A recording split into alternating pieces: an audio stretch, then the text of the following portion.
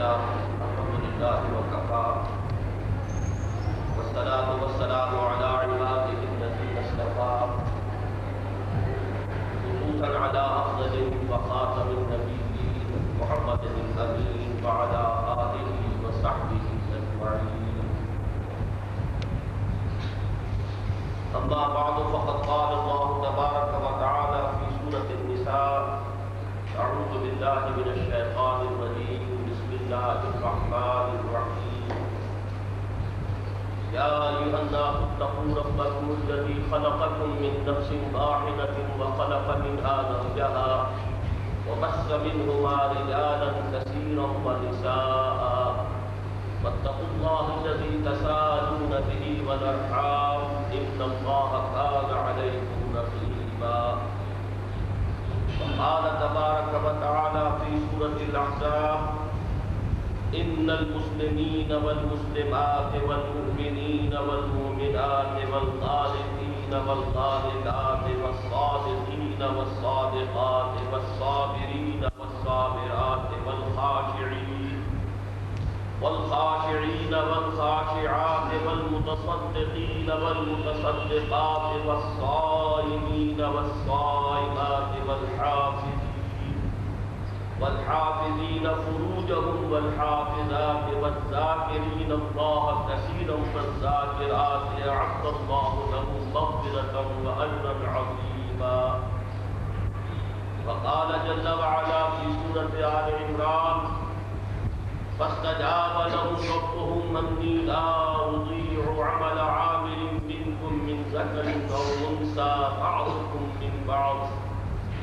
فالذين هاجروا وأخرجوا من ديارهم وأوذوا في سبيلي وقاتلوا وقتلوا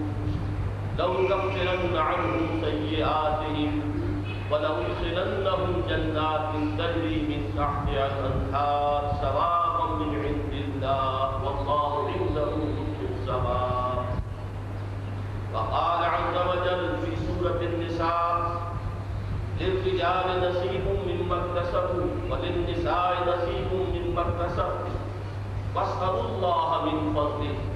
إن الله كان بكل شيء عليما. وقال جل وعلا في سورة البقرة: ولهن مثل الذي عليهن بالمعروف وللرجال عليهن درجة والله عزيز حكيم. وقال عز وجل في سورة النساء: الرجال قوامون على النساء بما فضل الله بعضهم على بعض وبما أنفقوا من أموالهم فالصالحات قانتات حافظات للغيب بما حفظ الله. صدق الله العظيم. رب اشرح لي صدري ويسر لي أمري واحلل عقدة من لساني يفقهوا قولي. محترم خواتین اور معزز حاضرین، آپ کے علم میں ہے کہ مجھے اس وقت اسلام اور نظریہ مساوات بردوزن کے بارے میں گفتگو کرنی. دراصل جسے ہم تہذیب حاضر کہتے ہیں اور جو اصلاً مغربی تہذیب جس کا آغاز یورپ میں ہوا اور یورپ کے سیاسی اور عسکری اصطلاح کے ساتھ ساتھ وہ تہذیب تقریباً پورے عرصے پر غالب آ گئی، تاکہ آج کی پوری دنیا میں اگرچہ سیاسی اعتبارات سے بڑی تقسیمیں ہیں، لیکن یہ کہ اگر تہذیبی اعتبار سے غور کیا جائے تو محسوس ہوگا کہ ہمارا یہ پورا عرصہ ایک ہی تہذیب کی ہے. یہ تہذیب اصلاً مغربی اور یورپی ہے، لیکن اس وقت عملاً یہ آفاقی بن چکی ہے، عالم کی. اس تہذیب کے اگرچہ مختلف مظاہر ہیں، لیکن اس کے جس پہلو سے اس وقت ہمیں گفتگو کرنی ہے اس کے ضمن میں دو باتیں ایسی ہیں کہ جو گزشتہ صدی میں سب سے بڑھ کر فرانس کے ادیبوں اور فلسفیوں نے نمایاں کی. اس کے اثرات پھر مختلف یورپی ممالک کے اندر بڑھتے چلے گئے، اور آج میں یہ محسوس کرتا ہوں کہ سماجی اعتبار سے اس پہلو سے سب سے آگے جو ممالک ہیں وہ یا برطانیہ ہے اور یا جن کو ہم اسکینڈینیوین کنٹریز کہتے ہیں، سویڈن ہے، ناروے ہے اور اس کے ساتھ ڈنمارک ہے۔ وہ دو باتیں کیا تھیں؟ ایک وہی کہ جو آج کی ہماری گفتگو کا موضوع ہے، نظریہ مساوات مرد و زن۔ مرد اور عورت ہر اعتبار سے بالکل مساوی ہیں، ان میں کوئی فرق نہیں ہے، ان کے حقوق و اختیارات بالکل مساوی ہونے چاہیے، ان میں سے کسی کو کسی پر کسی درجے میں کوئی فضیلت یا کسی اعتبار سے خواہ و خالص انتظامی نوعیت کی چیز ہو، کوئی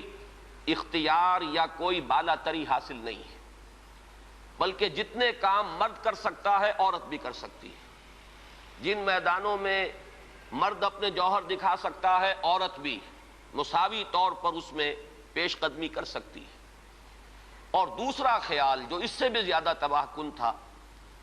وہ یہ کہ انسان میں جو ایک جنسی طلب ہے، اس میں جو ایک شہوت کا مادہ ہے، انسان نے خام خواہ اپنے اوپر قدغنیں عائد کر لی ہیں، اور صحیح اور غلط اور جائز اور ناجائز،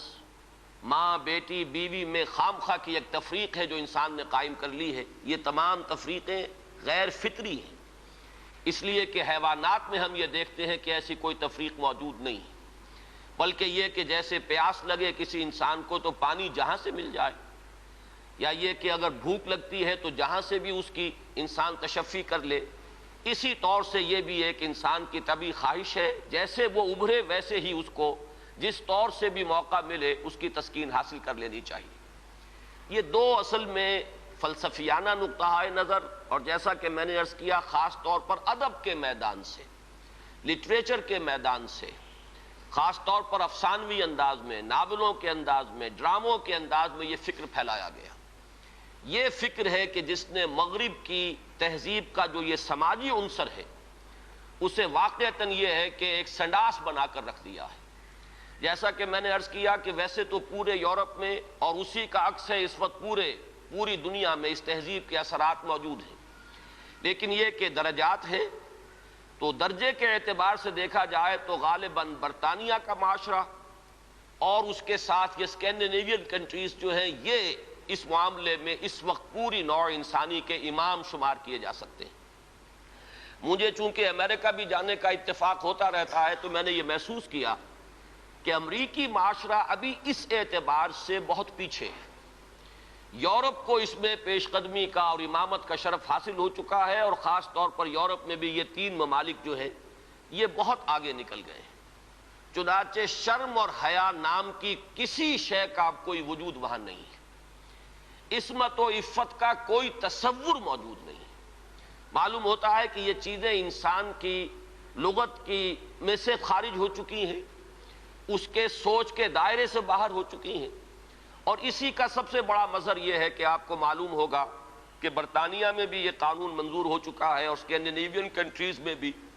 کہ دو مردوں کی شادی بھی ہو سکتی ہے، دو مرد لیگلی قانونی طور پر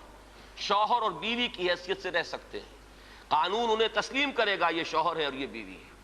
اب اس درجے پرورشن، اس درجے فطرت انسانی کا مسخ ہو جانا، یہ چیز کہ جو ناقابل قیاس ہے، لیکن یہ کہ بالفعل دنیا کے اندر یہ موجود ہے۔ اور پچھلے دنوں جب مجھے اتفاق ہوا جانے کا سویڈن، تو وہاں معلوم ہوا کہ ایک پاکستانی بھی ہیں، ایک سرحد کے رہنے والے صاحب، جنہوں نے کہ ایک لڑکے سے وہاں شادی کی ہوئی ہے اور قانونی اعتبار سے وہ میاں اور بیوی کی حیثیت سے وہاں مسلم طور پر زندگی گزار رہے ہیں۔ یہ جو معاملہ ہے، مجھے زیادہ صدمہ جس بات کا ہوا وہ اس پہلو سے کہ اس معاشرے کی جو اچیومنٹس ہیں، جو انہوں نے خوبیاں حاصل کی ہیں، ہمارا معاشرہ جو ہے ان کے بارے میں تو سوچنے کو بھی تیار نہیں۔ مثلاً یہ کہ سیاسی سطح پر مساوات، معاشی کفالت کا اصول کہ کوئی شخص وہاں بھوکا نہیں رہ سکتا، ہر شخص کی گویا کہ کفالت جو ہے وہ ریاست کے ذمے ہے۔ وہ باتیں جو اسلام نے دی تھی، جو حضرت عمر فاروق رضی اللہ تعالیٰ عنہ کے قول منسوب ہے کہ اگر دجلہ و فرات کے کنارے کوئی کتا بھی بھوکا پیاسا مر گیا تو عمر قیامت کے دن ذمہ دار ہوگا، یہ نقشہ واقعہ ہے، تسلیم کرنا پڑتا ہے کہ ان لوگوں نے اس چیز کو آج کی دنیا میں بالفعل حاصل کر کے دکھایا ہے۔ سماجی مساوات کا یہ عالم کہ اگر کوئی فائنینس منسٹر اسے بھی اگر اپنا چیک کیش کرانا ہے تو وہ بھی بینک میں اسی طرح لائن میں لگتا ہے جیسے کوئی عام شہری لگتا ہے. یہ سماجی مساوات کہ غریب سے غریب آدمی بھی وہاں پر جو بھی ہے، چاہے وہ ویلفیئر پر زندگی گزار رہا ہو، وہ خود معذور ہو چکا ہو اور صرف اسے حکومت کی طرف سے جو ہے سہولتیں حاصل ہو، لیکن اس کا بچہ بھی اگر بیمار ہوگا تو اسے وہی علاج میسر آئے گا جو وہاں کسی کروڑ پتی کے بچے کو علاج میسر آئے گا، اور اس کے بچے کو بھی وہی تعلیم ملے گی جو کسی منسٹر کے بچے کو تعلیم حاصل ہو سکے گی. یہ چیزیں جو ان کے ہاں اچھی ہیں فی الواقع، جو اصلاً تو ہماری تھی، لیکن یہ ہے کہ اس وقت اگر ہمیں وہاں پر یہ چیزیں نظر آتی ہیں تو مجھے تو وہی احساس ہوا تھا کہ کتابیں اپنے آبا کی یہ موتی علم و حکمت کے جو دیکھیں، ان کو یورپ میں تو دل ہوتا ہے سی پارا، چیزیں ہماری تھیں لیکن یہ انہوں نے کر کے دکھائیں. بدقسمتی ہماری یہ ہے کہ ان چیزوں کے بارے میں تو ابھی ہمارے ہاں کوئی سوچ نہیں، ادھر پیش قدمی کا کوئی امکان نہیں. ہم سینکڑوں کوس دور ہیں اس سے کہ اس قسم کے کوئی ہم معاشرتی ارتقاء جو ہے اس کے بارے میں سوچ بھی سکیں. لیکن جو ان کی گندگی ہے جس نے کہ ان کو تباہ کر کے رکھ دیا ہے، خاندانی نظام ٹوٹ پھوٹ کر رہ گیا ہے. جیسا کہ میں نے عرض کیا کہ شرم اور حیا جو ہے وہ ان کی لغت سے خارج ہو چکے ہیں، عصمت و عفت کے الفاظ بے معنی ہو چکے ہیں. یہ وہ گندگیاں ہیں کہ جن کو اپنے اس معاشرے کے اندر لانے کے لیے ہمارے ہاں ایک طبقہ ہے کہ جو پورے طور پر فعال ہے، اگرچہ عددی اعتبار سے اس کی کوئی حیثیت نہیں، وہ ایک بہت ہی حقیر اقلیت ہے، لیکن معنوی حیثیت ہے. اخبارات میں ان کے مضامین چھپتے ہیں، وہ دانشور شمار ہوتے ہیں، سرکاری حلقے جو ہیں وہ ان کو سپورٹ کرتے ہیں، ذرائع ابلاغ جو ہے ان تک ان کی رسائی ہے. لہذا اس معاشرے میں تیزی کے ساتھ یہ چیزیں جو ہیں وہ سرایت کرتی چلی جا رہی ہیں. بہرحال اس تمہید کے بعد اصلاً مجھے جس موضوع پر گفتگو کرنی ہے میں اس کی طرف آ رہا ہوں. میں جہاں تک پردہ اور زنا کے استیصال کے لیے جو دوسری تدابیر اسلام نے اختیار کی ہیں، جہاں تک اس کا تعلق ہے اس پر انشاءاللہ علیحدہ کسی موقع پر تقریر کروں گا. آج کے لیے میں نے طے کیا ہے کہ صرف اس مسئلے کو اچھی طرح ہم تھریش کریں، دیکھیں کہ واقعتاً نظریہ مساوات مرد و زن اس میں کوئی حصہ درست ہے یا نہیں ہے، تو کون سا ہے. ہمارے سامنے کسوٹی اور معیار جو ہے وہ اللہ کی کتاب ہے اور اس کے رسول صلی اللہ علیہ وسلم کی سنت ہے. ہمیں ان دونوں چیزوں کے حوالے سے دیکھنا ہے کہ اس نظریے میں صداقت کا ایلیمنٹ کتنا ہے اور دھوکہ اور فریب کا حصہ کتنا ہے. میں سب سے پہلے تو یہ عرض کروں گا کہ اسلام بھی دو سطحوں پر عورتوں اور مردوں کے درمیان کامل مساوات کا قائل ہے، لیکن ایک تیسری سطح وہ ہے کہ جس پر وہ ایک فرق کرتا ہے، درجہ بندی کرتا ہے. ان دونوں کو علیحدہ علیحدہ سمجھ لینا چاہیے. پہلی سطح جس پر کہ اسلام عورت اور مرد کے درمیان کامل مساوات کا قائل ہے وہ شرف انسانیت ہے. مرد بھی انسان ہے، عورت بھی انسان ہے. جو شرف انسانیت ہے اس میں مرد اور عورت برابر کے شریک ہیں. اگر کسی کے ذہن میں یہ تصور ہے کہ عورت کا وجود ایک گھٹیا وجود ہے، عورت ایک کمتر وجود کی حامل ہے، تو یہ خالص غیر قرآنی اور غیر اسلامی نقطہ نظر ہے. بدقسمتی سے بعض دوسرے معاشروں کے اثرات ہمارے ذہنوں میں بھی آ گئے ہیں. خود عیسائی معاشرے کا بنیادی تصور یہ تھا کہ عورت ہے ہی گناہ کی گٹھڑی، مجسم برائی. یہ ایو سے ایول کا لفظ بنا ہے. حضرت حوا کے لیے ان کے ہاں لفظ ایو ہے، اور ایو سے ایول ہے. ایول برائی کو کہتے ہیں، یعنی یہ کہ عورت کا تو سارا وجود ہی سرتاسر برائی ہے. یہ چیزیں کچھ مختلف ذرائع سے ہمارے ذہنوں میں بھی آئی ہیں. پھر یہ کہ یہ معاشرہ جو ہے ہمارا، جو پس منظر ہے تاریخی ہندو معاشرہ، اس میں بھی عورت کے گھٹیا ہونے کا تصور موجود ہے. تو سب سے پہلے یہ کہ ہمیں اپنے قلوب کا، اذہان کا جائزہ لے لینا چاہیے کہ اگر اس طرح کا کوئی جرثومہ ہمارے فکر میں ہے تو یہ خالص غیر قرآنی، غیر اسلامی ہے. شرف آدمیت جس کا نام ہے اس میں عورت اور مرد برابر اور مساوی طور پر شریک ہیں. میں نے اس کے ضمن میں آپ کے سامنے ایک تو آیہ مبارکہ پڑھی ہے سورہ نساء کی. آپ کو معلوم ہے کہ معاشرتی مسائل پر قرآن مجید کی جامع ترین سورت سورہ نساء ہے. اس کا آغاز ہی اس سے ہوتا ہے کہ یا ایھا الناس، اے لوگو، اتقوا ربکم الذی خلقکم من نفس واحدۃ وخلق منها زوجها وبث منہما رجالا کثیرا ونساء. اے لوگو اپنے اس رب کا تقوی اختیار کرو جس نے تمہیں ایک انسانی جان سے پیدا کیا، اسی سے اس کا جوڑا بنایا، اور ان دونوں سے کثیر تعداد میں مردوں اور عورتوں کو زمین میں پھیلا دیا۔ گویا کہ پوری نوع انسانی ایک انسانی جوڑے کی نسل ہے۔ آدم اور حوا علیہم السلام انہی کی اولاد ہے۔ تمام انسان اس پہلو سے تمام انسان بھی برابر ہیں، اگرچہ نسلیں ان کے اندر وجود میں آ گئی ہیں، اگرچہ شکلیں مختلف ہو گئی ہیں، رنگتیں ان کی تبدیل ہو گئی ہیں، ایک دوسرے سے بہت مختلف ہو گئی ہیں، لیکن یہ کہ تمام شعوب و قبائل کا فرق ہو یا لونی یا لسانی فرق ہو، ان سب کی کوئی حقیقت اس اعتبار سے نہیں ہے کہ کوئی ان میں اونچا ہو جائے کوئی نیچا ہو جائے۔ کلکم بنو آدم و آدم من تراب، تم سب کے سب جو ہو آدم کی نسل سے ہو اور آدم مٹی سے بنائے گئے تھے۔ لا فضل لعربی علی عجمی ولا لعجمی علی عربی ولا لاحمر علی اسود ولا لاسود علی احمر الا بالتقوی۔ یہ معاملہ جہاں عربی اور عجمی اور کالے اور گورے کے مابین ہے، وہیں مرد اور عورت کے مابین بھی ایک ہی انسانی نسل۔ اور آج بھی آپ دیکھیے آدم و حوا سے آگے گزر کر آخر ایک ہی ماں باپ کی اولاد میں بیٹے بھی ہوتے ہیں، بیٹیاں بھی ہوتی ہیں، ایک ہی باپ کے نطفے سے بیٹا بھی ہے اور بیٹی بھی ہے، ایک ہی ماں کے بطن سے بیٹی کی بھی ولادت ہو رہی ہے اور بیٹے کی بھی ہو رہی ہے۔ تو کوئی فرق و امتیاز ان کے مابین اس پہلو سے کہ مرد مرد ہونے کے ناطے اعلیٰ ہو اور عورت عورت ہونے کے حوالے سے گھٹیا اور ادنا ہو، یہ خالص غیر اسلامی غیر قرآنی تصور ہے۔ شرف آدمیت شرف انسانیت میں یہ بالکل مساوی ہے۔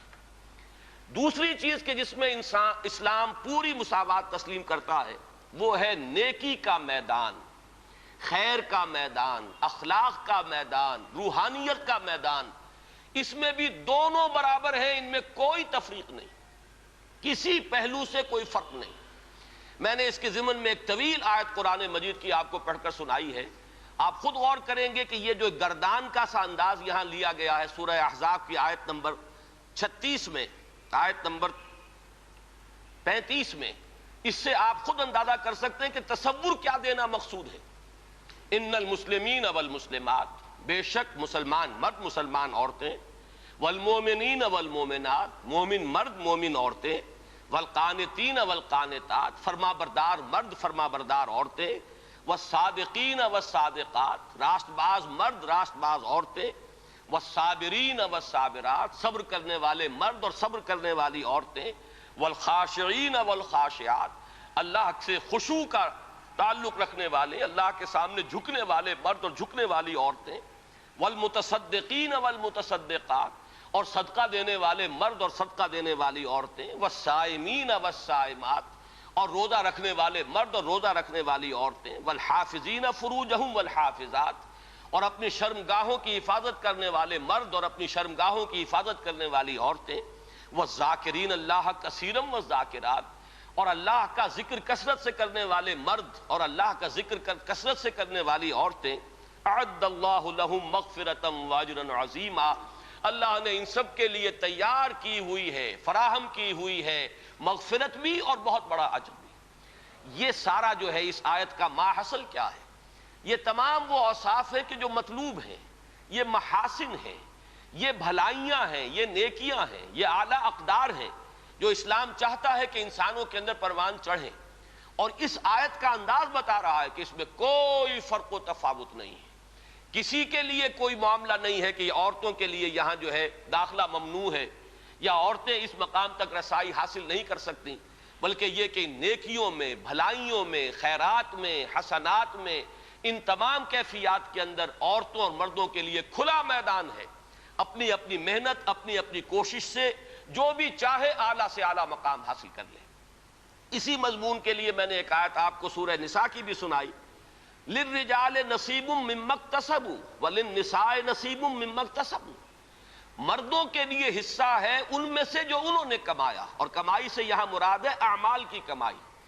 کسب کا لفظ قرآن مجید میں شاذ کہیں آیا ہے معاشی کمائی کے لیے، آیا ضرور ہے لیکن بہت شاذ۔ اصل میں یہ لفظ جہاں بھی آتا ہے وہ اصل کمائی جو ہے انسان کی اس دنیا میں وہ نیکی یا بدی ہے۔ یہ جو معاش کی محنت ہے اور آپ اپنے لیے کوئی رزق فراہم کرتے ہیں، کوئی اپنی زندگی کے سلسلے کو برقرار رکھنے کے لیے ضروریات زندگی فراہم کرتے ہیں، یہ چیز تو ایک دنیا کی زندگی کی برتنے کی چیز ہے، یہ کوئی پائیدار شے نہیں ہے۔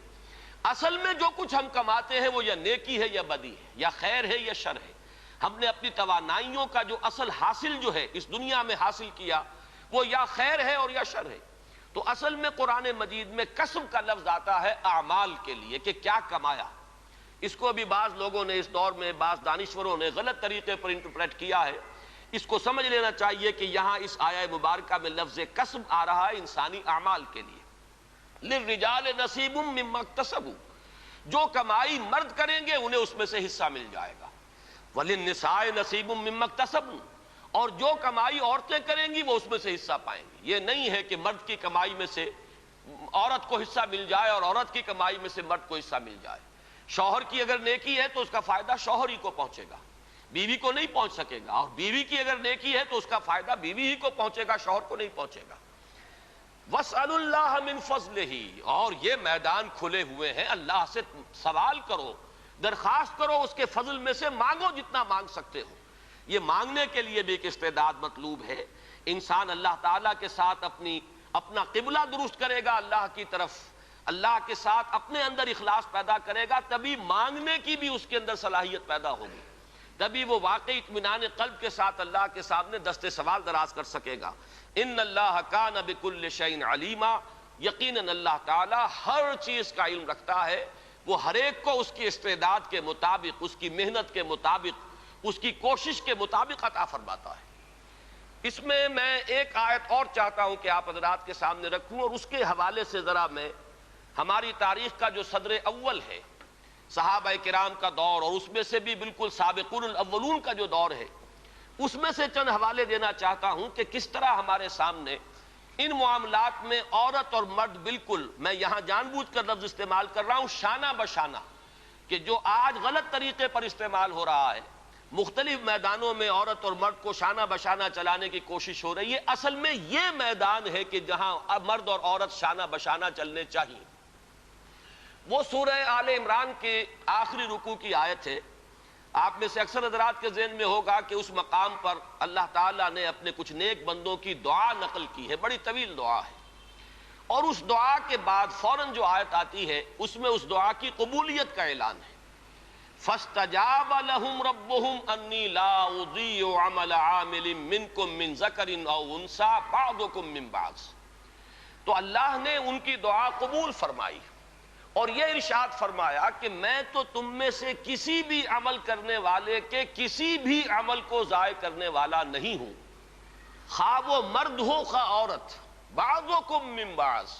تم سب ایک دوسرے ہی سے ہو، ایک ہی باپ کی اولاد میں بیٹے اور بیٹیاں، اور ایک ہی ماں کے بطن سے بیٹے اور بیٹیاں۔ معلوم ہوا کہ تمہیں اگرچہ ہم نے مذکر اور مؤنث بنایا ہے، مرد اور عورت کی شکل دی ہے، لیکن یہ کہ تم ہو ایک ہی انسانیت کی جو نسل ہے اسی سے تعلق رکھنے والے۔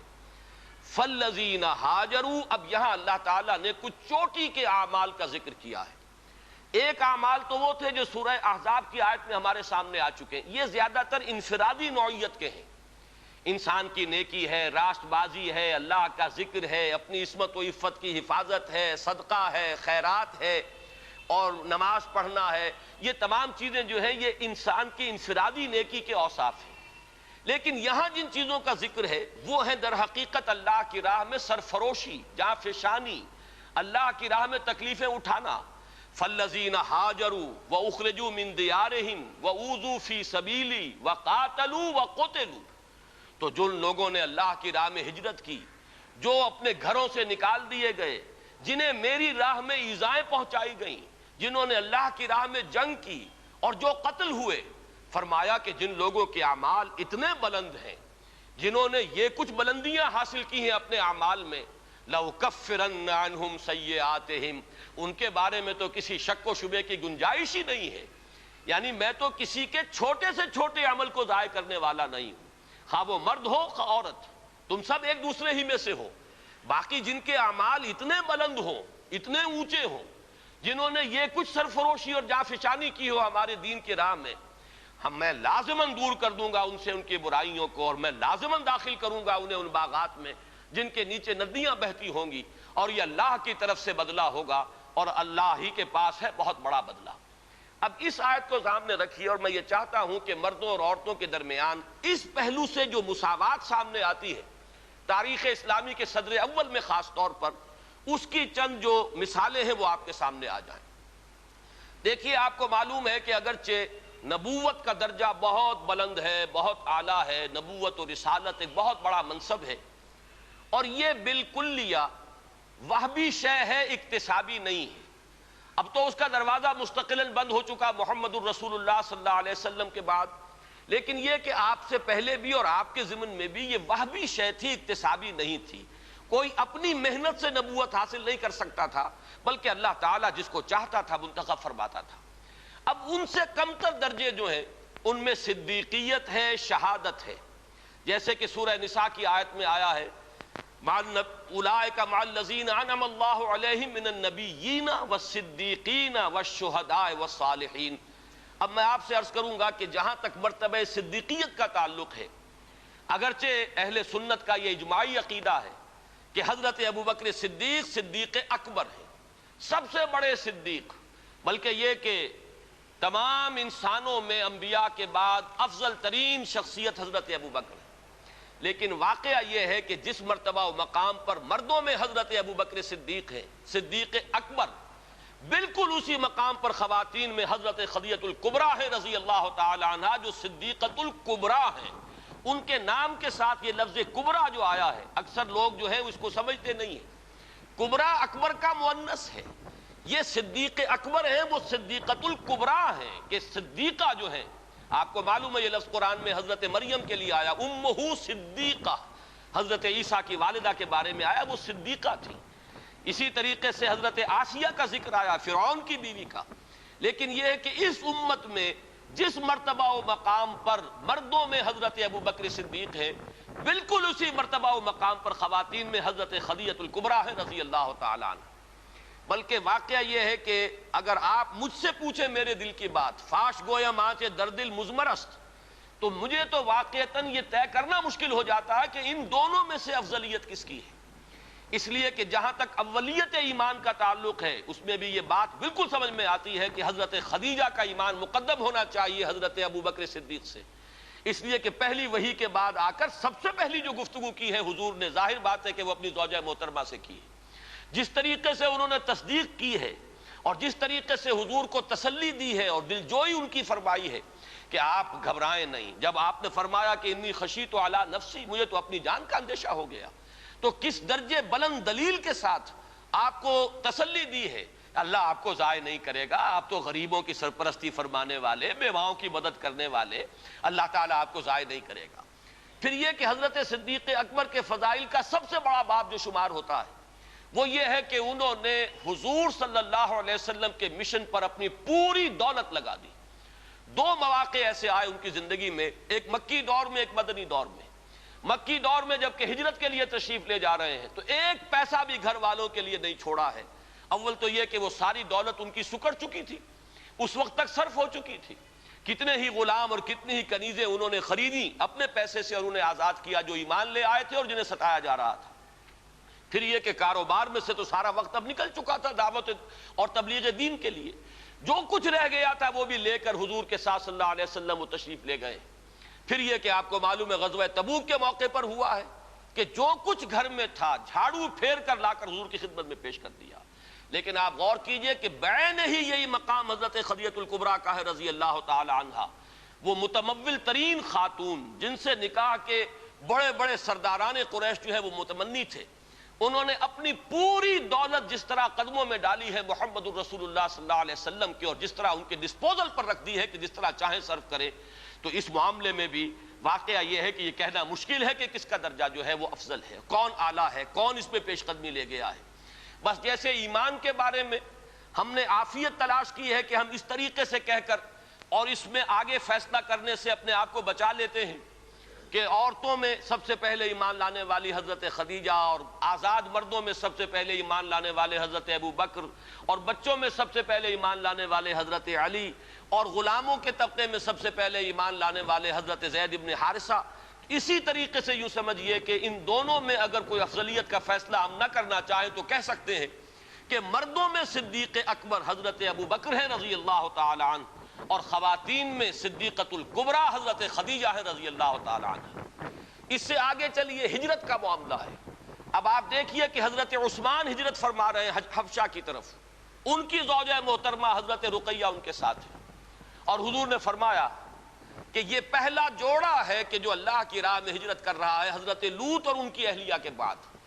وہ بھی جب اللہ کی راہ میں ہجرت کے لیے نکلے تھے تو اپنی وہ ایک انسانی جوڑا نکلا تھا، اور آج یہ عثمان اور ان کی اہلیہ حضور کے لخت جگر حضرت رقیہ، یہ دونوں میاں بیوی بھی اللہ کی راہ میں ہجرت کر رہے ہیں۔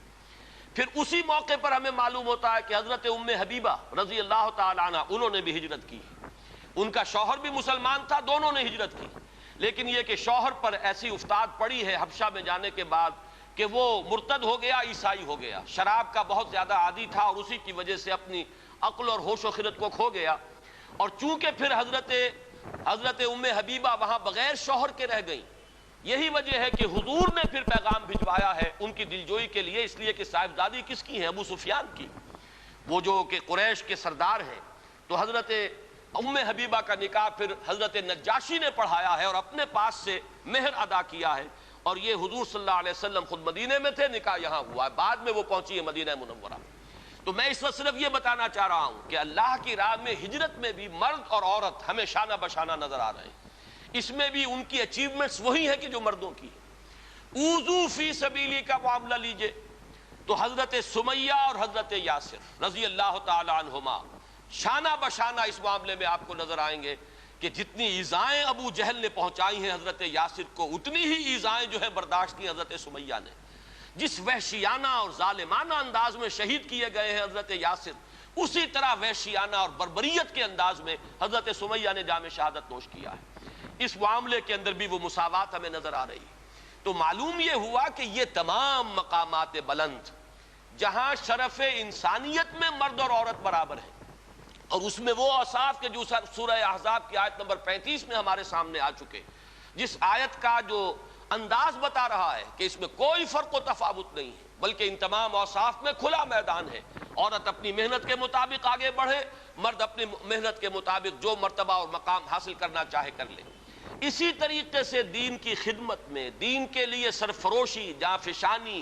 ہجرت ہے، اور اللہ کی راہ میں ایذاؤں کو برداشت کرنا ہے۔ جس طرح حضرت بلال اور حضرت ابو فقیہ کو مارا گیا ہے اور پیٹا گیا، اسی طرح حضرت زنیرہ اور بعض دوسری باندیاں ہیں جو ایمان لے آئی حضور صلی اللہ علیہ وسلم پر، انہیں بھی مارا اور پیٹا گیا ہے۔ جس طریقے سے حضرت ابو بکر نے حضرت بلال، حضرت ابو فقیہ کو خرید کر آزاد کیا، اسی طرح متعدد باندیاں ہیں جو ایمان لے آئی تھی اور ان کو انہوں نے اپنے پیسے سے خریدا اور آزاد کیا۔ تو یہ وہ میدان ہے کہ جس میں کامل مساوات ہے، یعنی شرف انسانیت میں کامل مساوات ہے۔ دینی مقامات، روحانی مقامات بعد میں بھی ہمیں نظر آتا ہے۔ حضرت جنید بغدادی ہے رضی اللہ تعالیٰ عنہ، تو رابعہ بصریہ بھی ہے رحمت اللہ علیہما، تو ان میں معلوم ہوتا ہے کہ یہاں بھی کوئی فرق اور امتیاز ہمیں نظر نہیں آتا۔ صحابہ کرام میں فقہائے صحابہ کے درجے میں حضرت عمر، حضرت علی نظر آ رہے ہیں، تو فقہائے صحابہ میں حضرت عائشہ صدیقہ رضی اللہ تعالیٰ عنہ کا مقام بہت بلند ہے۔ تو معلوم یہ ہوا کہ ان تمام چیزوں میں اسلام مساوات کا قائل ہے، شرف انسانیت میں برابری، اور دین کے معاملات میں، روحانی معاملات میں، اخلاقی معاملات میں، اس میں بھی برابری ہے، مساوات ہے، اس میں بھی کہیں کوئی قدغن نہیں ہے کسی عورت کے آگے کہ اس سے آگے وہ نہیں جا سکتی۔ البتہ اب تیسری سطح جو ہے جس کے بارے میں مجھے عرض کرنا ہے، اسے اگر میں کہوں کہ وہ سطح ہے انتظامی اور قانونی، تو یہاں یقیناً اسلام نے ایک فرق و تفاوت پیدا کیا ہے، لیکن اس فرق و تفاوت کے اندر بھی ایسا نہیں ہے کہ ایک طبقے کو بالکل گرا دیا گیا ہو اور کسی بھی پہلو سے اس کی کوئی کمپنسیشن نہ ہو، بلکہ یہاں اگرچہ درجہ بندی ہے لیکن یہ ایک توازن پیدا کیا گیا ہے۔ میں آج خاص طور پر اس نقطے کو واضح کرنا چاہتا ہوں کہ اگرچہ انتظامی اور قانونی اعتبار سے فرق و تفاوت ہے، درجہ بندی ہے، لیکن یہ کہ اسلام نے ایک نہایت حسین توازن پیدا کیا ہے اس میں، اور اس کے لیے یہ بات پہلے سمجھ لیجئے کہ اسلام چونکہ خاندان کے ادارے کو مضبوط کرنا چاہتا ہے، یہ انسانی معاشرے کی اکائی ہے، یہ بیسک یونٹ ہے، خاندانوں سے مل کر معاشرہ بنتا ہے، معاشرہ ہی ہے کہ جس کے اوپر پھر ایک انتظامی سطح پر ریاست اور حکومت کا تصور آتا ہے۔ اسی کے معاشی معاملات کو منضبط کرنے کے لیے آج کا معاشیات کا فن ہے جو ایک بہت بڑا علم بن چکا ہے۔ لیکن یہ کہ جب اینالائز کریں گے تو معلوم ہوگا کہ انفرادیت سے اجتماعیت کی طرف پہلا قدم کیا ہے؟ ایک مرد اور ایک عورت کے مابین رشتہ ازدواج۔ یہاں سے انفرادیت اجتماعیت کی شکل اختیار کرتی ہے۔ پہلے یہ میاں اور بیوی ہے صرف، لیکن جب اللہ تعالیٰ اولاد دیتا ہے تو اب اس میں سیکنڈ ڈائمنشن ایڈ ہو گئی۔ اب ان کی حیثیت والدین کی ہے اور وہ اولاد ہے۔ اس اولاد میں جب کثرت اور تعدد پیدا ہوتا ہے تو تھرڈ ڈائمنشن آتی ہے، اور وہ بہنوں بھائیوں کا آپس میں رشتہ اخوت جو ہے وہ تیسری ڈائمنشن ہے۔ جیسے ہمارا یہ ہال ہے، اس کی لمبائی چوڑائی اونچائی، یہ 3 ڈائمنشنل کانسیپٹ ہمارا سپیس کا ہے۔ اسی طرح خاندان کا ایک ادارہ جو ہے اس کی یہ 3 ڈائمنشنز ہیں۔ ایک مرد اور ایک عورت، رشتہ ازدواج، یہاں سے بات شروع ہوئی۔ اولاد ہوئی تو ایک نئی جو اس میں عرض جو ہے وہ شامل ہو گیا، اور وہ کیا ہے؟ وہ والدین اور اولاد کا رشتہ ہے۔ تیسرا، اولاد کے مابین اب رشتہ اخوت ہے، بہنوں اور بھائیوں کے درمیان۔ یہ ہے خاندان کا ادارہ۔ اس خاندان کے ادارے کے استحکام کا دار و مدار اس پر ہے کہ سربراہ ایک ہو۔ 2 برابر کے اختیار رکھنے والے سربراہ کسی ادارے کے نہیں ہو سکتے۔ دنیا میں کسی بھی سطح پر آپ غور کیجئے، کوئی شخص بقائمی ہوش و حواس یہ نہیں کہہ سکتا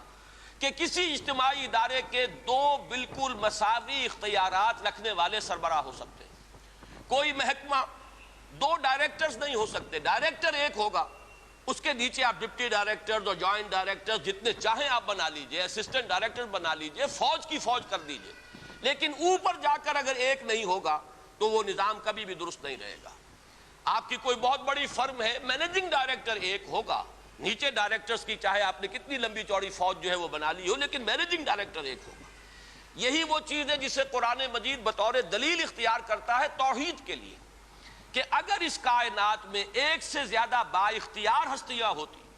تو اس میں درہم برہم ہو جاتا نظام، لفسدتا، تو فساد پیدا ہو جاتا۔ کسی کی مرضی کچھ ہوتی، کسی کی مرضی کچھ ہوتی، کوئی کسی حکمت پر عمل کرنا چاہتا، کسی کے سامنے کوئی اور مصلحت ہوتی۔ یہ حکمتوں اور مصلحتوں کا ٹکراؤ اور اختلاف رائے جو ہے اس کائنات کے اندر جو نظم نظر آ رہا ہے،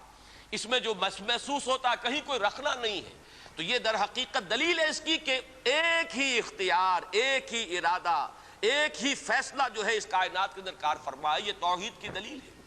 کہ لو کان فیہما آلہۃ الا اللہ لفسدتا، اگر ان میں آسمانوں اور زمین میں اللہ کے سوا کوئی اور بھی الہ ہوتے تو اس میں فساد رونما ہو جاتا۔ بالکل وہی توحید ہے، در حقیقت اسی کا ایک عکس ہے جو اسلام خاندان کے ادارے میں چاہتا ہے کہ اس کا سربراہ ایک ہوگا اور وہ سربراہ مرد ہوگا۔ میں اس کو بات کو منطقی انتہا تک پہنچانے کے لیے یہاں تک کہتا ہوں کہ فرض کیجئے کہ آپ یہ طے کر لیں کہ عورت سربراہ ہوگی تو لازماً مرد کو اس کے تابع ہونا پڑے گا۔ یہ دنیا میں ایسے بعض معاشرے رہے ہیں کہ جہاں عورت کو سربراہی دی گئی ہے، وہ در حقیقت وہ اپنی جگہ پر وہ بھی ایک نظام چلا ہے، بعض جگہوں پر بہت استثنائی کیفیات کے ساتھ، لیکن ظاہر بات ہے مساوات تو پھر بھی نہ رہی نا، کیونکہ اوپر کسی کو ایک کو ہونا ہے۔ اگر عورت کو سربراہ بنائیں گے، جس کو آپ کہتے ہیں مادر سری نظام، یہ پدر سری نظام ہے، باپ اگر سربراہ ہے، اگر ماں سربراہ ہے مادر سری نظام ہو جائے گا، لیکن باپ تابع ہو جائے گا، مساوات تو نہیں ہو سکتی۔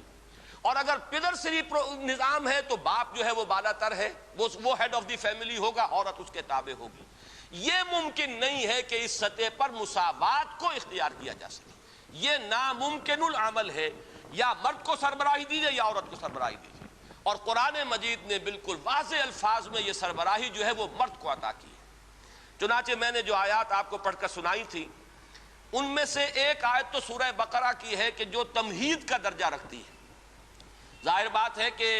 آج جو چیز انسانوں کے اندر اس درجے ایک فلسفے کی شکل اختیار کر کے آ گئی ہے، اس کے کوئی نہ کوئی جراثیم اس زمانے میں بھی ہوں گے، اور عورتوں کے اندر وہ جو ایمینسیپیشن یا ان کی آزادی کا ایک جذبہ ہے اس وقت بھی کچھ نہ کچھ وہ چاہے بہت ہی دبا ہوا ہو لیکن موجود ہوگا۔ لہذا قرآن مجید نے جس طریقے سے کہ ہر میدان میں جو قانون اور جو شرعی ہدایات دی ہیں ان میں ایک تدریج ہم دیکھتے ہیں کہ پہلے میدان ہموار کیا گیا، جیسے شراب کے بارے میں پہلے صرف یہ کہہ دیا گیا کہ اس میں کچھ نفع کی بات بھی ہے لیکن نقصان بھی ہے، وَإِسْمُهُمَا أَكْبَرُ مِن نَفْعِهِمَا، اس کا گناہ کا پہلو جو ہے وہ نفع کے پہلو سے بڑھ کر ہے. بس یہ کہہ کر سورہ بقرہ میں چھوڑ دیا گیا. اس سے آگے چل کر ذرا فرمایا گیا کہ تم نماز کے قریب مت جایا کرو جبکہ تم نشے کی حالت میں ہو. اس سے اب اندازہ ہو رہا تھا سب کو کہ یہ رخ کدھر جا رہا ہے. اور بہت سے حضرات نے تو پہلی آیت ہی نازل ہوئی تو شراب نوشی جو ہے وہ ترک کر دی اور تائب ہو گئے. بہت سے حضرات دوسری آیت پر سمجھ گئے کہ یہ فیصلہ کن معاملہ اب آنے والا ہے. جب تیسری مرتبہ حکم آیا جو سورہ مائدہ میں ہے فجتنبوہ، اب باز آتے ہو کہ نہیں آتے؟ فہل انتم منتہون، اب باز آتے ہو کہ نہیں؟ تو گویا کہ وہ آخری حکم آ گیا. اس میں تدریج ہے. بالکل اسی طرح اس معاملے کو یہ کڑوی گولی حلق سے اتارنے کے لیے کہ مردوں کو قوام بنایا جانا ہے، مردوں کو حاکم بنایا جانا، اس ادارے کا سربراہ بنایا جانا ہے، اس کے لیے ذرا فضا ہموار کی گئی ہے. پہلے سورہ بقرہ کی آیت میں، آیت نمبر 228 ہے، یہ فرمایا وَلَهُنَّ مِثْلُ الَّذِي عَلَيْهِنَّ بِالْمَعْرُوفِ، عورتوں کے حقوق بھی اسی طرح کے ہیں معروف طریقے پر جیسے کہ ان کے فرائض ہیں.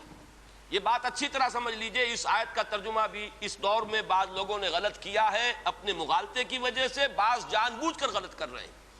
یعنی وہ یہ سمجھتے ہیں کہ ترجمہ یہ ہوگا کہ جیسے حقوق مردوں کو عورتوں پر ہے ویسے ہی حقوق عورتوں کے مردوں پر ہیں. یہ ترجمہ اس کا غلط ہے. عربی زبان میں لام اور علا کا استعمال جو ہوتا ہے اس کو سمجھ لیجئے کہ لام کسی کے حق کے لیے آتا ہے اور علا کسی کی ذمہ داری کے لیے. ذمہ داری، لائبلٹی، رسپانسبلٹی، جس کے لیے وہ اکاؤنٹیبل ہے، جس کی اس کو جواب دہی کرنی ہوگی، علا اس کے لیے آتا ہے. جیسے کہ وہ مشہور دعا ہے قرآن مجید کے بارے میں کہ پروردگار وَاجْعَلْهُ لَنَا حُجَّةً، اے اللہ اس قرآن کو ہمارے حق میں حجت بنا. اور حضور کی وہ حدیث ہے کہ القرآن حجت لک او علیک، یہ قرآن یا تو تمہارے حق میں حجت بنے گا یا تمہارے خلاف دلیل بنے گا. بالکل اسی طرح یہاں ہے وَلَهُنَّ مِثْلُ الَّذِي عَلَيْهِنَّ بِالْمَعْرُوفِ. یہ اصل میں توازن ہے وہ کہ جو حقوق اور فرائض اور ذمہ داریوں اور اختیارات کے مابین ایک توازن دنیا میں ایک یہ مسلمہ امر ہے کہ آپ کو معلوم ہے دنیا کے نظام میں اگر کسی شخص کے اوپر آپ نے ذمہ داری زیادہ رکھی ہے تو اس کے پاس حقوق بھی زیادہ ہونے چاہیے، اس کے اختیارات بھی زیادہ ہونے چاہیے. کسی کی اگر ذمہ داری کم ہے تو اسے کم اختیارات کی ضرورت ہے. یہ توازن در حقیقت حقوق و فرائض کا ہے. یہ توازن ذمہ داریوں اور اختیارات کا ہے. جتنی وسیع ذمہ داریاں ہوں گی اتنے وسیع اختیارات لازمی ہیں، جتنے محدود فرائض ہیں اتنے ہی محدود حقوق ہو جائیں گے. تو فرمایا وَلَهُنَّ مِثْلُ الَّذِي عَلَيْهِنَّ، جیسی کچھ ان پر ذمہ داریاں ہیں ویسے ہی اللہ نے ان کے حقوق معین کیے ہیں. حقوق و فرائض کا یہ توازن ہی در حقیقت اسلام کے معاشرتی نظام کی سب سے بڑی خوبی ہے، اس کا سب سے بڑا حسن ہے. لیکن اس کے بعد ایک اضافہ کیا وَلِلرِّجَالِ عَلَيْهِنَّ دَرَجَةٌ وَاللَّهُ عَزِيزٌ حَكِيمٌ، اور مردوں کو عورتوں پر ایک درجہ حاصل ہے اور اللہ عزیز ہے، حکیم ہے. اللہ زبردست ہے، کمال حکمت والا ہے. عزیز ہے تو اسے اختیار ہے جو چاہے حکم دے، جو چاہے نظام بنائے، مختار مطلق ہے. وہ شارع ہے جو چاہے شریعت متعین کر دے. اور وہ حکیم بھی ہے، وہ الٹپ فیصلے نہیں کرتا، وہ اندھا دھند کوئی قانون سازی نہیں کرتا. اس کی قانون سازی میں کسی کے لیے جانبداری نہیں ہے، نہ وہ مردوں کے لیے جانبدار ہے نہ وہ عورتوں کے حق میں جانبدار ہے، بلکہ اس کی حکمت کاملہ، حکمت بالغہ جو ہے اس کے تحت اس نے اپنے اختیارات مطلق کو استعمال کرتے ہوئے نظام معین کیا ہے. یہ اصل میں تمہید ہے. اس کس چیز کی؟ وہ ہے سورہ نساء کی آیت الرجال قوامون علی النساء، مرد عورتوں پر نگران ہیں. اور میں اس کا ترجمہ یہاں تک کروں گا کہ مرد عورتوں پر حاکم ہے، اس لیے کہ قامہ سے بنا ہے قوام. قامہ یقوم و کھڑا ہونا. اور جیسے کہ آپ کو معلوم ہے ہر زبان میں ہوتا ہے فعل کے بعد پریپوزیشن جو ہے، ورب کے بعد پریپوزیشنز کے آنے سے زمین و آسمان کا فرق واقع ہوتا ہے. جیسے کہ ایک سادہ مثال میں دیا کرتا ہوں، ٹو گیو، اس کے ایک معنی ہے ٹو گیو اپ، اب وہ معنی کچھ کے کچھ ہو گئے. ٹو گیو ان، یہ بالکل ہی بدل گیا معاملہ. ٹو گیو ان کے معنی ہے کسی کی اطاعت قبول کر لینا. ٹو گیو اپ کسی چیز کو چھوڑ دینا. ٹو گیو کوئی چیز دے دینا. اب یہ لفظ ٹو گیو تو سب میں شامل ہے، لیکن اپ اور ان کے اضافے سے زمین و آسمان کا فرق ہو گیا. اسی طرح عربی زبان میں بھی جیسا کہ میں نے ابھی لام اور علا کا آپ کو بتایا ہے، اسی طرح قامہ الا جب آئے گا کسی کام کی طرف متوجہ ہونا، کسی چیز کے لیے کمر کس کر کھڑے ہو جانا قام الی، اور قام علی کسی پر کھڑا ہونا، یعنی کسی پر نگران بن جانا، کسی پر سربراہی اختیار کرنا، کسی کی ذمہ داری لے لینا، کسی کی کفالت کرنا، یہ تمام چیزیں جو اس میں آ جائیں گی۔ تو الرجال قوامون علی النساء، مرد جو ہے وہ عورتوں پر حاکم ہیں، ان کے نگران ہیں، ان کے کفیل ہیں، ان کے ذمہ دار ہیں۔ یہ تمام جو تصورات ہیں اس لفظ کے اندر، اس علا کے اضافے کی وجہ سے یہ اس کے اندر موجود ہو گئے۔ بما فضل اللہ بعضهم علی بعض، اب یہ قوامیت جو مرد کو دی گئی کس بنیاد پر دی گئی؟ قرآن نے خود اس کو واضح کیا۔ دو باتیں ہیں، نمبر ایک بسبب اس فضیلت کے جو اللہ نے بعض کو بعض پر دی ہے۔ اب یہ بعض کو بعض پر دی ہے، یہ بھی در حقیقت ایک بہت ہی بلیغ پیرایہ بیان ہے کہ عورتوں کی ذرا دل شکنی نہ ہو کہ وہ بات یوں کہی جاتی کہ چونکہ اللہ نے مردوں کو فضیلت دی ہے عورتوں پر، وہ بات آ چکی تھی وَلِلرِّجَالِ عَلَيْهِنَّ دَرَجَةٌ، یہ سورہ بقرہ کی آیت میں بات آ چکی، مردوں کو عورتوں پر ایک درجہ فضیلت کا حاصل ہے، لیکن یہ کہ یہاں پھر بات کو مبہم انداز میں کہا گیا تاکہ اس بات کو انسانی ذہن جو ہے قبول کر لے، اللہ نے بعض کو بعض پر فضیلت دی ہے۔ اب یہ ایک ایسا یونیورسل ایک ٹروتھ ہے، بعض پیدائشی طور پر خوبصورت ہیں، بعض بدصورت ہیں، بعض کو اللہ نے اچھی صحت سے نوازا ابتدا سے، اور بعض کمزوری پیدا ہوتے ہیں، کمزوری رہتے ہیں، بعض کو ذہنی صلاحیتیں بہت بہتر دی ہوئی ہیں اور بعض کے پاس نہیں ہیں، غبی ہیں۔ یہ چیزیں وہ ہیں کہ جو فضیلتیں ہیں انسان کی تخلیقی بنیاد پر، جس میں انسان کا نہ کوئی کریڈٹ ہے نہ اس پر کوئی الزام جائے گا، اس لیے کہ جو اللہ نے بنا دیا جس طور سے بنا دیا، لیکن ظاہر بات ہے کہ ذہین کو غبی پر ایک فضیلت حاصل ہے، قوی کو ضعیف پر ایک فضیلت حاصل ہے۔ حضور نے فرمایا المومن القوی خیر من المومن الضعیف، مومن جو قوی ہو وہ ایک کمزور مومن کے درجے میں بہتر ہے، اس لیے کہ وہ اسلام کے لیے زیادہ محنت کرے گا، اللہ کے دین کی سربلندی کے لیے زیادہ محنت کر سکے گا، زیادہ قربانیاں دے سکے گا۔ تو اب لیکن یہ کہ اس میں کسی کا قصور نہیں ہے، اگر کوئی جسمانی اعتبار سے کمتر پیدا کیا گیا تو اس میں اس کے لیے کوئی ملامت کی بات نہیں ہے، البتہ فضیلت اپنی جگہ پر مسلم ہوگی، اس کو تسلیم کیے بغیر چارہ نہیں۔ تو اس طریقے سے جنرل الفاظ میں فرمایا گیا بما فضل اللہ بعضهم علی بعض، بسبب اس فضیلت کے جو اللہ نے بعض کو بعض پر دی ہے۔ مراد کیا ہے؟ مردوں کو ایک فضیلت دی ہے، ان کو جسمانی طور پر زیادہ توانا بنایا ہے، ان میں قوت کار زیادہ رکھی ہے، ان کے اندر جو ہے جسمانی پہلو سے اللہ تعالیٰ نے زیادہ طاقت پیدا فرمائی ہے۔ مختلف چیزیں ہیں جس کی بنا پر کہ دائرہ کار جو ہے مختلف کر دیے گئے، فرائض مختلف کر دیے گئے۔ اور دوسری بات فرمائی وَبِمَا أَنفَقُوا مِنْ أَمْوَالِهِمْ، اور بسبب اس کے کہ وہ اپنے اموال میں سے خرچ کرتے ہیں، اس لیے کہ اسلام نے اولاً تو پورا جو معاشی ذمہ داری کا بوجھ ہے وہ مرد پر ڈالا ہے، عورت کے ذمہ نہیں ڈالا۔ استثنائی حالات استثنائی ہوتے ہیں، جیسے کہ آپ انگریزی میں کہتے ہیں exceptions prove the role, exceptions تو ایکسیپشنز ہی رہیں گی، وہ قانون کو نہیں بدلتی بلکہ وہ قانون کو اور موثق کر دیتی ہیں، مزید اس سے قانون ثابت ہو جاتا ہے۔ تو استثنائی حالات اور ہیں، اگر کوئی بیوہ ہے بیچاری اور اس کے چھوٹے بچے ہیں، وہ دوسری شادی بھی نہیں کرنا چاہتی اپنے ان بچوں کی وجہ سے، اور وہ کوئی محنت مزدوری کر رہی ہے، وہ گھر میں بیٹھ کر کپڑے سی رہی ہے یا کوئی بچوں کو پڑھا کر اپنا پیٹ پال رہی ہے، اپنے بچوں کی پرورش کا سامان کر رہی ہے، تو بہت بڑی نیکی کما رہی ہے۔ لیکن یہ ہے کہ بہرحال ذمہ داری مرد کی ہے اصلاً کہ وہ گھر کا پورا خرچ جو ہے اس کو برداشت کرے۔ اسی کو سمجھیے کہ بطور علامت یہ مہر جو ہمارے ہاں ہے، یہ مہر کیوں ہے جس پر کہ اتنا زور ہے پورے سورہ بقرہ میں اور سورہ نساء میں، جہاں بھی کہیں خواتین کا معاملہ آیا ہے اس میں آپ کو وہ وَآتُوا النِّسَاءَ صَدُقَاتِهِنَّ نِحْلَةً، یہ مہر جو ہے ان کو خوش دلی کے ساتھ ادا کیا کرو۔ اس کا مطلب کیا ہے؟ ظاہر بات ہے کہ مہر عورت کی قیمت نہیں ہے، معاذ اللہ،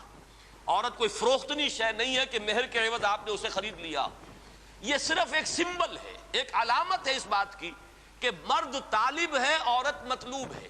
اس کے لیے علامت کے طور پر یہ چیز رکھ دی گئی ہے کہ کچھ نہ کچھ اپنا مال وہ خرچ کرتا ہے، اور یہ در حقیقت ایک علامت بن گئی ہے اس کے طالب ہونے کی۔ حالانکہ ویسے اگر دیکھا جائے تو سیدھی بات ہے، جیسے مرد کو عورت کی ضرورت ہے، عورت کو بھی مرد کی ضرورت ہے۔ ایک پہیے پر گاڑی نہیں چل سکتی، نہ صرف مرد کے پہیے پر انسانی تمدن کی گاڑی چل سکتی ہے، نہ عورت کے پہیے پر گاڑی چل سکتی ہے، یہ دونوں ہی پہیے ہوں گے تو گاڑی آگے بڑھے گی۔ اور جس طریقے سے مرد کو عورت کی ضرورت ہے اسی طرح عورت بھی مرد کی محتاج ہے، لیکن مہر مرد دیتا ہے تاکہ معلوم ہو کہ یہ ایک اسلام کا ایک رخ ہے کہ جس سے کہ اس نے پورے فلسفے کو واضح کر دیا۔ بما انفقوا من اموالہم، سب سے پہلے تو یہ کہ رشتہ ازدواج کا آغاز ہی ہوا مرد کے مہر ادا کرنے سے، اور پھر یہ کہ اس خاندان کی پوری کفالت کی ذمہ داری مرد نے لی ہے۔ یہ دو بنیادیں ہیں جس کی بنا پر کہ اسلام نے مرد کو حاکمیت دی ہے، قوامیت دی ہے، مرد کو سربراہ بنایا ہے، عورت کو اس کی اطاعت کا حکم دیا گیا ہے۔ لہذا ذرا یہاں دیکھیے اس کے بعد کے الفاظ کیا ہیں، فالصالحات قانتات، پس نیک بیویاں وہ ہیں کہ جو فرما بردار ہیں۔ فرما بردار کن کی؟ اپنی۔ یہ قنوت کا لفظ یا اللہ کے لیے آتا ہے، جیسے کہ ہم نے ابھی سورہ احزاب کی آیت میں پڑھا تھا، والقانتین والقانتات، فرما بردار مرد اور فرما بردار عورتیں۔ قنوت کہتے ہیں فرما بردارانہ انداز میں کھڑے ہو جانے کو، کسی کے حضور میں کھڑے ہونا، جھک کر کھڑے ہونا، گویا کہ اس کا حکم ماننے کے لیے انسان آمادہ ہے کہ جو حکم دیں گے بصر و چشم میں اسے قبول کروں گا۔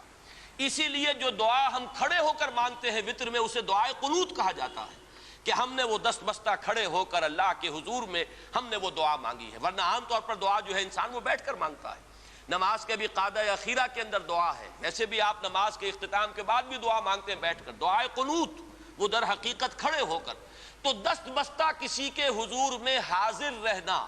اس کے حکم کو بجا لانے کی آمادگی کے ساتھ، یہ قنوت کی اصل روح ہے۔ تو اللہ کا قانت بندہ اور اللہ کی قانت کنیز بندی،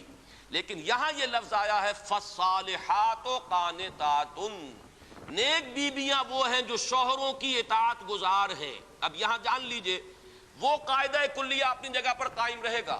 کہ لا طاعت لمخلوق فی معصیت الخالق۔ حضور صلی اللہ علیہ وسلم نے فرمایا مخلوق میں سے کسی کی اطاعت نہیں ہو سکتی جس میں کہ خالق کی معصیت لازم آ رہی ہو۔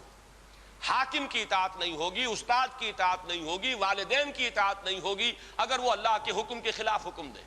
اگر باپ کہتا ہے نماز نہ پڑھو تو نہیں مانا جائے گا، والدہ کہتی ہے کہ نماز نہ پڑھو نہیں مانا جائے گا، اس لیے کہ لا طاعت لمخلوق فی معصیت الخالق۔ اگر حاکم جو ہے اللہ کی شریعت کے حکم کے خلاف حکم دیتا تو نہیں مانا جائے گا، لا سمع ولا طاعہ، نہ سنیں گے نہ اطاعت کریں گے۔ بالکل اسی طریقے سے عورت اپنے شوہر کے اس حکم کی تو خلاف ورزی کر سکتی ہے، بلکہ اسے کرنا چاہیے، یہ اس کے ایمان کا تقاضا ہے، جو شریعت کے حکم کے خلاف وہ حکم دے۔ لیکن شریعت کے حکم کے اندر جو دائرہ ہے، اب اس میں دو شکلیں ہیں، مباحات کا دائرہ ہے، اس میں اختلاف رائے ہے، شوہر کی رائے کچھ اور ہے، بیوی کی رائے کچھ اور ہے۔ یہاں بیوی کو ذہناً آمادہ رہنا چاہیے، اگر وہ شوہر کو کنونس کر سکے، اگر دلیل سے قائل کر سکے، اگر منوا سکے تو کوئی بات نہیں، ٹھیک ہے۔ لیکن یہ کہ اگر وہ اختلاف قائم رہتا ہے تو قرآن مجید کی آیت کی روح سے بیوی کو مستقل طور پر ذہناً آمادہ رہنا چاہیے کہ وہ اپنی رائے کو پیچھے ڈال کر اپنے شوہر کی رائے پر عمل کرے گی۔ یہ اس کا وہ جذبہ ہے کہ جس میں اس نے شوہر کی سربراہی کو گویا کہ ذہناً اور قلباً قبول کیا ہے۔ یہ اس آیت کا اصل مفہوم ہے، فالصالحات قانتات،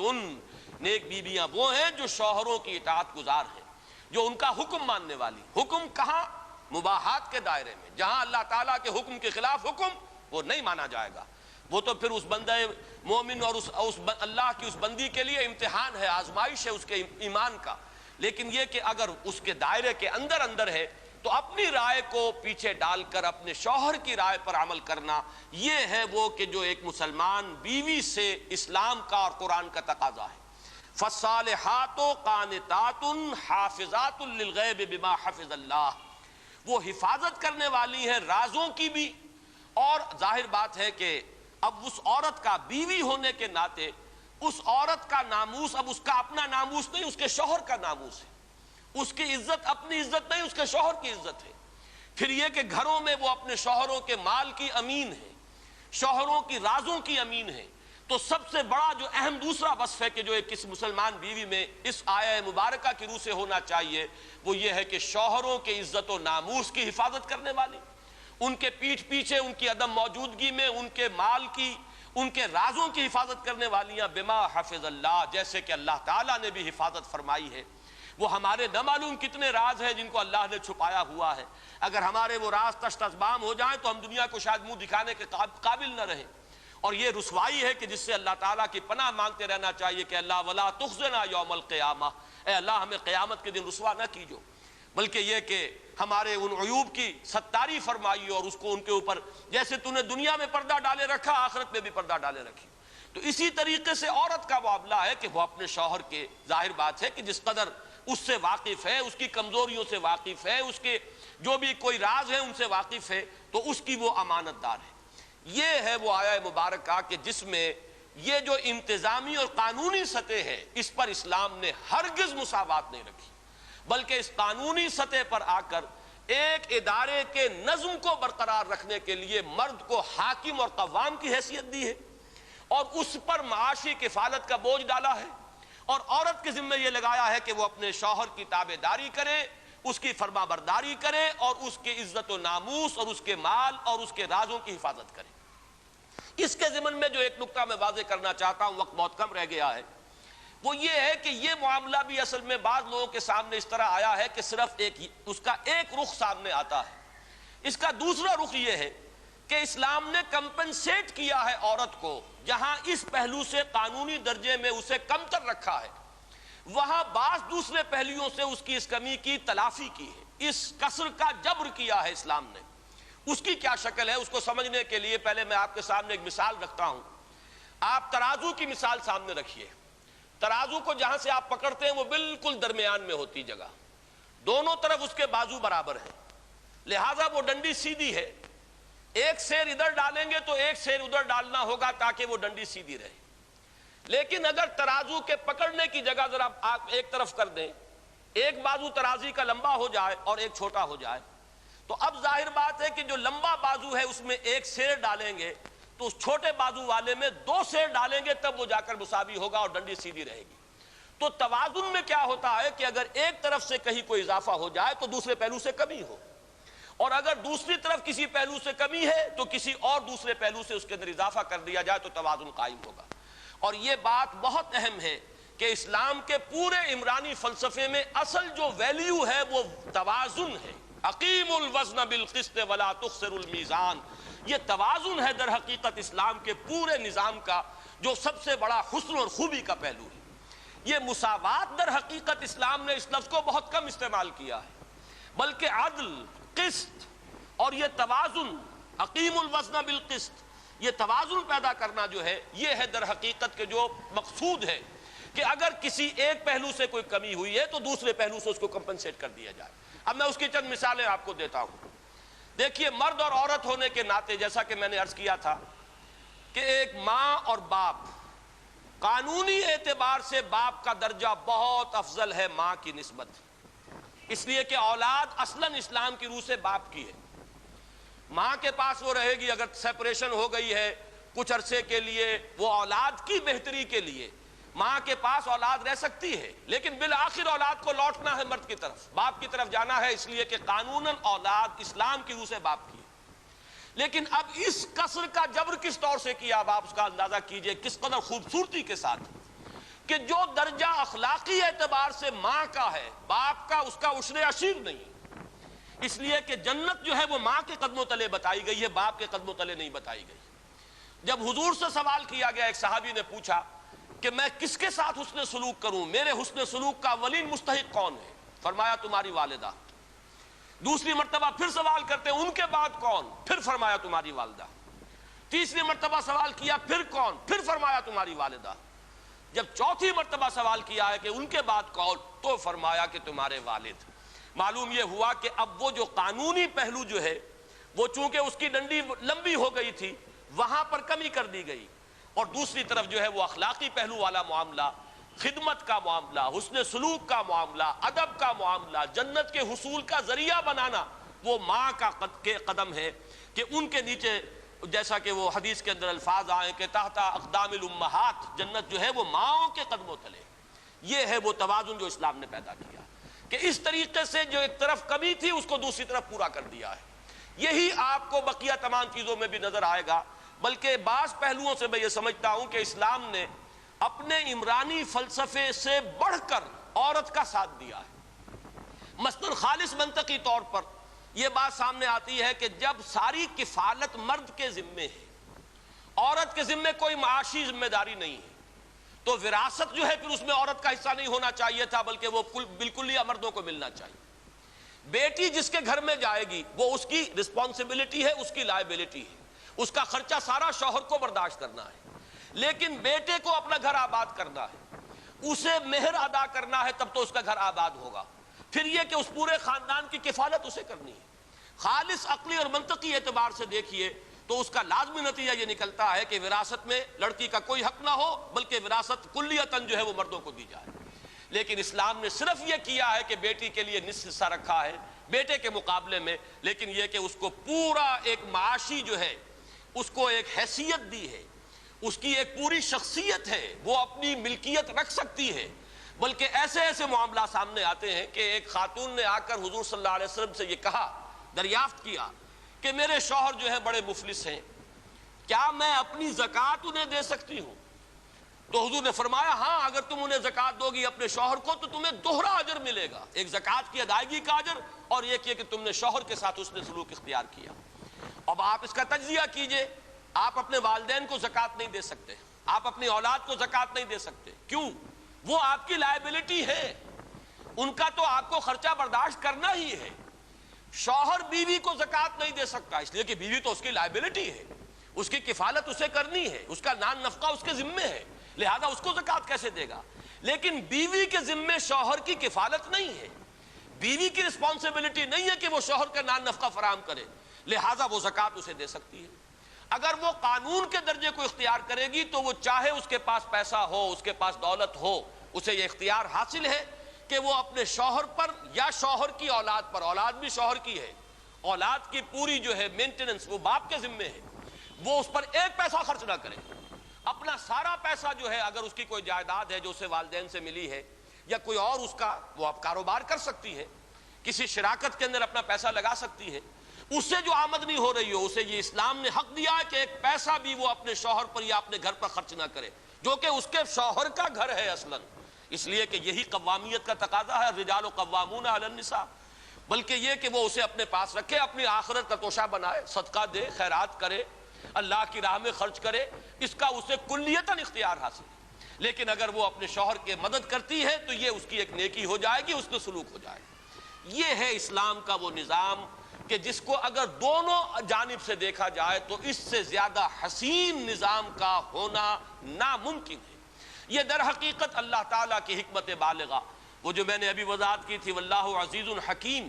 کہ ایک طرف وہ مختار مطلق ہے، اختیار اس کا مطلق ہے، کوئی اس کے اتھارٹی کو چیلنج کرنے والا نہیں، لیکن اس کے ساتھ اس کی حکمت کامل ہے، اس کی حکمت بالغہ ہے، اس کی حکمت اور دانائی جو ہے وہ بھی کامل ہے، لہذا ان دونوں کے امتزاج سے جو نظام وجود میں آیا ہے اسی میں انسان کے لیے عافیت ہے، اسی میں خیر ہے، اسی میں توازن ہے۔ وَلَهُنَّ مِثْلُ الَّذِي عَلَيْهِنَّ بِالْمَعْرُوفِ، مردوں پر جو ذمہ داریاں ڈالی ہیں اسی کے مطابق ان کے حقوق اور اختیارات ہیں، عورتوں پر جو ذمہ داریاں ڈالی ہیں اسی کے اعتبار سے ان کے حقوق اور ان کے اختیارات ہیں، اور یہ ہے در حقیقت وہ تیسرا درجہ جس میں ہرگز کسی برابری کا کوئی سوال نہیں، بلکہ یہ کہ مردوں کی قوامیت از روئے قرآن مسلم ہے، اور عورت کے لیے مسلمان عورت کو آج ہماری بہنوں کو ذہناً ریکنسائل کرنے کی ضرورت ہے، ہماری بیٹیوں کو یہ بات اچھی طرح سمجھ لینی چاہیے، اس لیے کہ ظاہر بات ہے کہ ہم بھی اس معاشرے میں رہتے ہیں، اس کے اثرات ہم پر بھی پڑتے ہیں، ادھر ادھر کی سنی سنائی باتیں جو ہیں وہ جو کانوں میں پڑتی ہیں یا اخبارات میں مضامین نگاہوں سے گزرتے ہیں تو وہ اپنے اثرات پیدا کرتے ہیں ذہنوں میں، سوچنے کے انداز میں۔ اگر وہ غیر شعوری طور پر یہ احساسات یا یہ خیالات، یہ نظریات ہمارے ذہنوں کے اندر آ رہے ہوں تو شعوری طور پر ہمیں انہیں جھٹک دینا چاہیے، اس سے اپنے ذہنوں کو پاک کرنا چاہیے۔ اسلامی معاشرہ وہی ہے کہ جس میں گھر میں مرد کو قوامیت حاصل ہو۔ میں وہ حدیث بارہا سنا چکا ہوں جس میں حضور صلی اللہ علیہ وسلم نے کچھ چیزوں کا تقابل فرمایا کہ اگر تمہارے اندر یہ اوصاف ہیں تو تمہارے لیے زندہ رہنا بہتر ہے، اور اگر تمہارے یہ اندر یہ اوصاف ہے مقابل کے تو تمہارا مر جانا بہتر ہے۔ پہلے کے لیے آپ نے فرمایا کہ ظہر الارض خیر لکم من بطنها، زمین کی پیٹھ تمہارے لیے اس کے پیٹ سے بہتر ہے، یعنی دفن ہو جانے سے زمین کے اوپر چلنا پھرنا بہتر ہے۔ اور دوسری کے لیے استعارہ کیا کیا؟ فبطن الارض خیر لکم من ظہرها، زمین کا پیٹ تمہارے لیے پھر اس کی پیٹھ سے بہتر ہے، یعنی تمہارا مر کر دفن ہو جانا بہتر ہوگا اس سے کہ تم زندہ رہو۔ اور ان تین اوصاف میں سے ایک وصف جو ہے وہ یہ ہے کہ وہ امورکم الی نسائکم، اگر تمہارے معاملات تمہاری عورتوں کے حوالے ہو جائیں اور وہ حاکم بن بیٹھیں، ان کی مرضی چل رہی ہو، ان کا اختیار چل رہا ہو، تو پھر تمہارا مر جانا بہتر ہے اور مر کر زمین کے پیٹ میں دفن ہو جانا بہتر ہے۔ یہ الفاظ محمد الرسول اللہ صلی اللہ علیہ وسلم کی۔ بہرحال میں نے آج کی گفتگو کا حاصل میں اگر چند 3 جملوں میں بیان کروں تو یہ جو نظریہ مساوات مرد و زن ہے، ہمیں اپنے ذہنوں کی اصلاح کرنی چاہیے کہ اگر کسی درجے میں عورت کے گھٹیا ہونے کا تصور ہمارے ذہن میں ہے تو یہ یقیناً جاہلی تصور ہے، یہ کہیں عیسائیت کے کوئی اثرات ہم پر پڑ گئے یا ہندو مت کے کوئی اثرات ہم پر پڑ گئے۔ شرف انسانیت میں عورت اور مرد بالکل مساوی ہیں۔ نمبر 2، دینی اعتبار سے ہرگز عورت کا قدم پیچھے نہیں ہے، بلکہ للرجال نصیب مما اکتسبوا وللنساء نصیب مما اکتسبوا۔ سورہ احزاب کی آیت بھی اور اس کے بعد میں نے سورہ آل عمران کی آیت کے حوالے سے وہ جو مقامات بلند ہیں وہ بھی آپ کے سامنے رکھ دیے، اور ہماری تاریخ جو ہے اس پر گواہ ہے کہ یہ تمام مراتب یہ کھلے ہوئے ہیں، مرد کے لیے بھی اپنی محنت اور اپنی کوشش کے مطابق، اور عورت کے لیے بھی اپنی محنت اپنی کوشش کے مطابق۔ یہاں کوئی جو ہے، مجھے ایک نظم یاد آ رہی ہے انگریزی کی، ہم نے 10ویں جماعت میں پڑھی تھی، Charity is that soothe and heal and bless are scattered over the feet of man like flowers۔ یہاں پر کوئی قدغن نہیں ہے، نیکیاں، بھلائیاں، خیرات یہ انسانوں کے قدموں کے سامنے ہیں، جس طرح چاہے انسان ان پھولوں کو چن لے۔ یہاں پہ کوئی مردوں کے لیے خاص نہیں، عورتوں کے لیے کوئی اس میں مناہی نہیں، بلکہ یہ تمام نیکیاں، بھلائیاں، خیرات، حسنات، اس کا راستہ کھلا ہوا ہے۔ البتہ قانونی اور انتظامی سطح پر، خاص طور پر جب مرد اور عورت شوہر اور بیوی کی شکل اختیار کر لے تو اب ان میں درجہ بندی ہے۔ للرجال علیہن درجہ، اور اس کا جو اختتامی جو معاملہ ہے، الرجال قوامون علی النساء بما فضل اللہ بعضهم علی بعض، مردوں کو عورتوں پر نگران اور حاکم بنایا گیا ہے بسبب اس کے کہ اللہ نے فضیلت دی ہے بعض کو بعض پر، یہ اس کی دین ہے، اس کی عطا ہے۔ اور نمبر 2، وبما انفقوا من اموالہم، جو وہ خرچ کرتے ہیں اپنے اموال میں سے۔ فالصالحات قانتات حافظات للغیب بما حفظ اللہ، نیک بیویاں وہ ہیں جو اپنے شوہروں کی تابع دار ہیں، ان کی فرما بردار ہیں، اطاعت شعار ہیں، ان کے عزت و ناموس اور ان کے مال اور ان کے رازوں کی حفاظت کرنے والی۔ اللہ تعالی ہماری خواتین کو دین کا فہم عطا فرمائے اور ان کے سینوں کو کھول دے کہ جو راستہ اللہ نے اور اس کے رسول نے معین کیا ہے اسی کو وہ اختیار کریں، اور جو بھی اس معاشرے کے اندر غلط رجحانات پروان چڑھ رہے ہیں ان سے نہ صرف یہ کہ وہ خود بچیں بلکہ وہ اور بھی خواتین کو اس سے بچانے کی کوشش کریں۔ اقول قولی ھذا واستغفر اللہ لی ولکم ولسائر المسلمین والمسلمات۔ کا ذریعہ ہے تو اس میں عورت کے ووٹ کا حق ہے، اگر حق ہے تو پھر وہ پورا ہوگا کہ آدھا؟ یہ معاملہ جو ہے خالص اجتہادی نوعیت کا ہوگا، اور اس میں کسی ایک شخص کو کوئی بات کہنے کا ایک اظہار رائے کی حد تک تو حق حاصل ہے، لیکن یہ کہ کوئی فیصلہ کرنے کا کسی ایک فرد کو اختیار نہیں ہے، اس لیے کہ ووٹ نام کی کوئی شے ہمارے جو قرون اولیٰ ہیں ان میں موجود نہیں تھی۔ مشورہ ہوتا تھا تو مشورہ اکثر و بیشتر تو مردوں کے مابین ہوتا تھا، لیکن ہمیں ایک ثبوت ملتا ہے کہ حضرت عثمان رضی اللہ تعالیٰ عنہ کی جب خلافت کا فیصلہ ہو رہا تھا اور 6 افراد پر مشتمل ایک بورڈ بنا دیا تھا حضرت عمر فاروق رضی اللہ تعالیٰ عنہ نے، اور اس میں سے 2 افراد وڈرا کر گئے تھے،